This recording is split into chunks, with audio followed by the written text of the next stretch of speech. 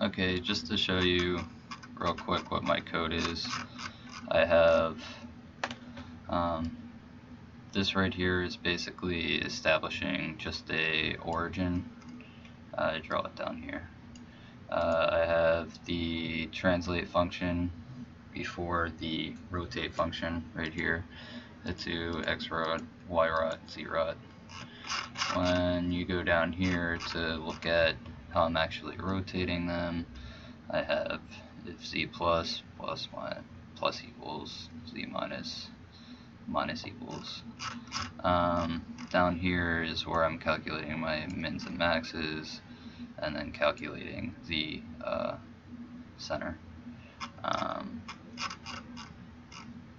also have the z location for the glue look at set at the max z plus 100, just so it is not inside the part when it appears. And then up here you can see I added that in there, as well as right here is where I'm subtracting the centers. So just to show you some of the weird effects I'm getting, I'll open up this one. Okay, you can see right here, this is the y-axis, this is the x-axis, the z-axis is popping out at us. Say I decide I want to translate, so I get translation always occurs with respect to the screen. So just say I kind of rotate it all over the place. So no matter how I translate, z is always going to go in and out, y is always going to go up and down, x is always going to go left and right.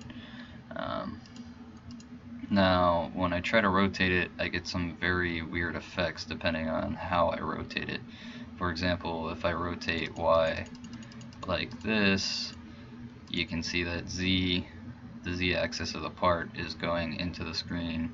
I mean, the x-axis is going into the screen, the z-axis is going to the right of the screen. So say I want to rotate x now. Now I rotate x, and it rotates with respect to the x-axis of the screen. Now say I want to rotate z, it's rotating with respect to the z-axis of the part. Now I noticed another issue where this is just basically recreated by doing different things. Like say I rotate the x like this, so now y is coming out of the screen and z is going down. So when I go to rotate y, it's rotating with respect to the part. And if I rotate z, it's rotating with respect to the part. If I rotate x, it's rotating with respect to the screen. So it kind of varies depending on what previous rotations I've done before, whether it will be rotating between the part axis or the screen axis. And I'm not entirely sure why it's doing that, but like I said, you can see that the translation will always occur with respect to the screen.